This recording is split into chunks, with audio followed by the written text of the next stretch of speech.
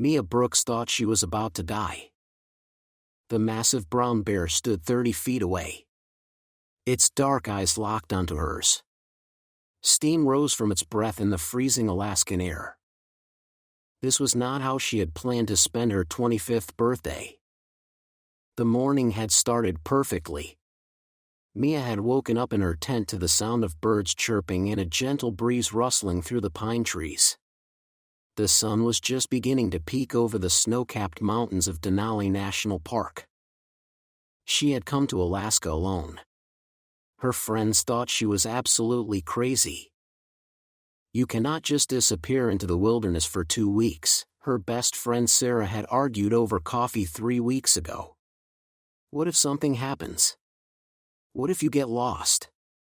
What if you encounter a bear? Her mother had been even more worried. Mia, honey, you have never done anything like this before. You have barely been camping since you were a Girl Scout. Why now? Why alone? But Mia could not explain the burning need inside her chest. The desperate urge to prove to herself that she could survive anything. That she was stronger than she believed. Her father's death 6 months ago had shattered her world. Dr. Miguel Brooks had been her hero. A veterinarian who dedicated his life to helping animals. A man who taught her that all life was precious. Sacred.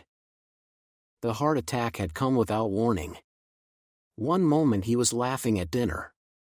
The next moment he was gone. The doctors said it was quick. Painless. But Mia felt like part of her soul had been ripped away. She had been drifting through life ever since. Going through the motions at her marketing job. Pretending to smile at social gatherings. Lying awake at night wondering if she would ever feel whole again. The Alaska trip was supposed to be her reset. Her chance to find herself again in the raw, untamed wilderness. The hiking trail was supposed to be safe. Well marked. Frequently patrolled by rangers. Ranger Jenkins had assured her during the safety briefing yesterday. Stay on the marked paths. Make noise when you walk. Bears do not like surprises. If you see one, do not run. Make yourself appear large and back away slowly. But now she was face to face with 800 pounds of raw wilderness. And all that advice felt useless. The bear took a step forward. Mia's heart hammered against her ribs so hard she thought it might explode. Her palms were slick with sweat despite the temperature being below freezing. Every survival instinct screamed at her to run. To sprint back down the trail as fast as her legs could carry her. But she remembered her father's voice. Calm. Steady. The same voice he used when approaching a frightened animal at his clinic. Easy movements, Mia. No sudden gestures. Animals can sense fear. But they can also sense respect. The bear took another step. That's when Mia noticed something was terribly wrong. The bear was not moving like a predator. It was stumbling. Wobbling. Like it was drunk or seriously injured. Its massive head swayed from side to side. Its breathing was labored. Heavy. Each exhale created a cloud of steam in the bitter cold. The bear's gait was uneven. Awkward. It was favoring its front paws, trying to keep weight off them. Then the bear collapsed. The ground shook as the enormous animal hit the frozen earth. It lay on its side, panting heavily. Steam rose from its thick brown fur in the bitter cold. Mia stood frozen. Every logical part of her brain said to run. Get as far away as possible. This could be a trap. A hunting technique she had never heard of. But something about the bear's behavior felt different. Desperate. Like it was asking for help. She took a cautious step forward. The bear's eyes found hers again. But this time, she saw something that made her blood run cold. Pain. Pure, overwhelming pain. The same look she had seen in her father's eyes during his final moments in the hospital, when the medications could no longer mask his suffering. The bear was suffering. Mia crept closer. Her legs felt like jelly. Her breath came in short, sharp bursts that formed small clouds in the frigid air. When she was 10 feet away, she saw them. The bear's paws. They were mangled, covered in dried blood, swollen to twice their normal size. Hundreds of thorns jutted from the flesh. Some were as long as her fingers. Others were embedded so deep only their tips were visible. The bear had stepped into a massive patch of devil's club. The thorns had pierced through its thick pads and worked their way deep into the tissue. Infection had set in. The wounds were festering, oozing yellow pus. The smell was overwhelming, sweet and rotten. This bear was dying. Mia pulled out her phone with trembling hands. No signal. She was 12 miles from the nearest ranger station, 20 miles from the park entrance. The bear's breathing grew more labored. Its eyes began to close. She had to make a decision. Run away and let nature take its course, or risk her life to help a creature that could kill her in seconds. Before we continue, don't forget to like the video and subscribe. It really helps the channel grow. Mia thought about her father. He had been a veterinarian for 30 years. He had taught her that all life was precious. That suffering was suffering, regardless of the species. She remembered being 8 years old, watching him treat an injured raccoon that had been hit by a car. The animal had bitten him twice, but he never gave up. Every creature deserves a chance, Mia, he had told her while cleaning his wounds. Even the ones that are afraid of us. She opened her emergency pack and pulled out her satellite communicator. The device her mother had insisted she bring despite the $300 cost. Her fingers were so cold she could barely press the buttons. Emergency. This is Mia Brooks. GPS coordinates 63.7312 north, 148.8542 west. I have found an injured brown bear. Critical condition. Multiple infected wounds. Requesting immediate ranger assistance. The response came 20 minutes later. Mia, this is Ranger Thomas. We have your location. Team is en route. Estimated arrival 90 minutes. Whatever you do, do not approach the animal. Maintain safe distance. Bears are unpredictable when injured. 90 minutes. Mia looked at the bear. Its breathing was getting weaker. Its eyes were glazing over. It might not survive that long. She made a decision that would change everything. Mia opened her first aid kit. She pulled out antiseptic wipes, gauze, and antibiotic ointment. She knew it was not nearly enough for wounds this severe. But it was something. She approached the bear slowly, talking in a soft, calm voice. Hey there, big guy. I know you are hurting. I am going to try to help you. The bear's eyes followed her movements. It was too weak to lift its head. But it was still conscious. Still aware. Mia knelt beside the massive paw. Up close, the damage was even worse than she had imagined. The thorns had created deep puncture wounds. The infection was spreading up the bear's leg. Red streaks of sepsis were visible under the fur. She began cleaning the wounds with antiseptic. The bear flinched but did not pull away. It seemed to understand she was trying to help. One by one, she began removing the thorns. The smaller ones came out easily. The larger ones required careful extraction. Each one brought fresh blood and fluid. The bear never tried to hurt her. It just lay there, breathing heavily, letting her work. "You are being so brave," Mia whispered.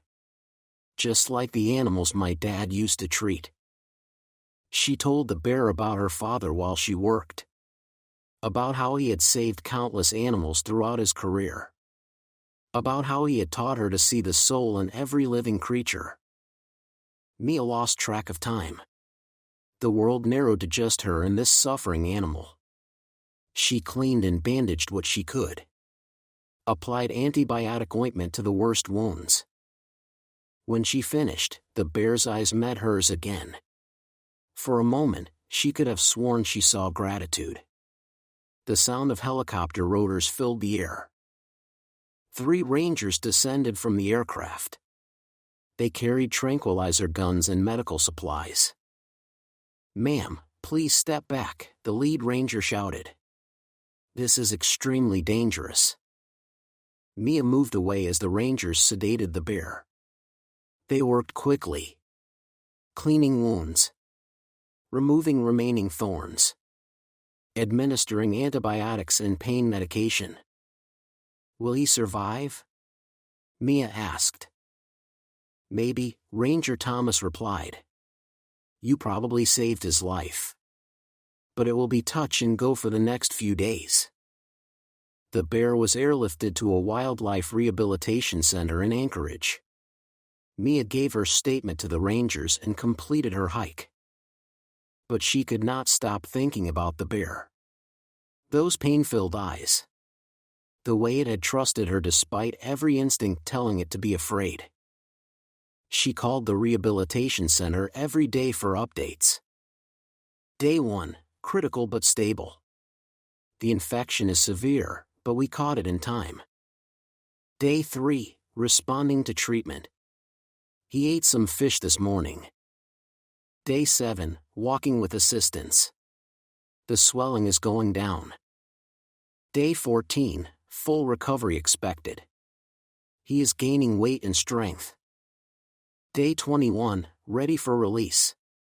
This is a remarkable recovery. After 6 weeks, the bear was released back into the wild. Mia watched the news coverage from her home in Seattle. She felt a strange sense of pride watching the healthy bear disappear into the forest. Life returned to normal. Mia went back to her job at the marketing firm. She dated. She spent time with friends. She visited her mother on weekends. But something had changed. She felt different. Stronger. Like she had found a piece of herself in those frozen woods. 8 months later, Mia returned to Alaska. This time for a 2-week camping trip in the same area where she had encountered the bear. She set up her tent near a stream. The location was perfect. Clean water. Level ground. Beautiful view of the mountains. On her 3rd night, she heard something outside her tent. Heavy footsteps. Slow. Deliberate. Mia's heart began to race. She grabbed her flashlight and unzipped the tent flap slightly. A massive brown bear stood 20 feet away. But this bear was different. Healthy. Strong. Its fur was thick and glossy. Its eyes were bright and alert. The bear looked directly at her. For a moment, neither of them moved. Then the bear did something that made Mia's breath catch in her throat. It approached her tent slowly. Gently. Without any aggression. When it was 10 feet away, it stopped. The bear opened its mouth and dropped something on the ground. Fresh blueberries. Dozens of them. Perfectly ripe. The bear took a step back. It looked at Mia one more time. Then it turned and walked away. She looked at the bear's paws as it walked away. The scars were still visible. Faint white lines where the thorns had been. But the bear was walking normally. Running normally. Living normally. It was the same bear. The one she had helped 8 months ago. Somehow, impossibly, it had recognized her. Remembered her kindness. And returned to say thank you. When she returned home, Mia quit her marketing job. She enrolled in veterinary school. She wanted to follow in her father's footsteps. To dedicate her life to helping animals. During her studies, she learned that bears have incredible memories. They can remember individual humans for years. They can recognize faces. Scents. Voices. The scientific community was skeptical when she shared her story. But Mia knew what she had experienced. She had photographic evidence of the bear's injuries. Video footage of the berries being delivered. She wrote a paper about the encounter. It was published in the Journal of Wildlife Behavior. The title was simple, Interspecies Gratitude, a case study in bear-human interaction. The paper went viral. News outlets around the world picked up the story. Mia appeared on talk shows. Nature documentaries. But she never forgot the lesson the bear had taught her. 3 years later, Mia Brooks opened her own veterinary clinic. She specialized in wildlife rehabilitation. She treated injured animals from across the Pacific Northwest. Above her desk hung a photo of the bear. Healthy. Strong. Running through the Alaskan wilderness. Every patient reminded her of that moment in the forest. When she chose compassion over fear. When she saw suffering and decided to act.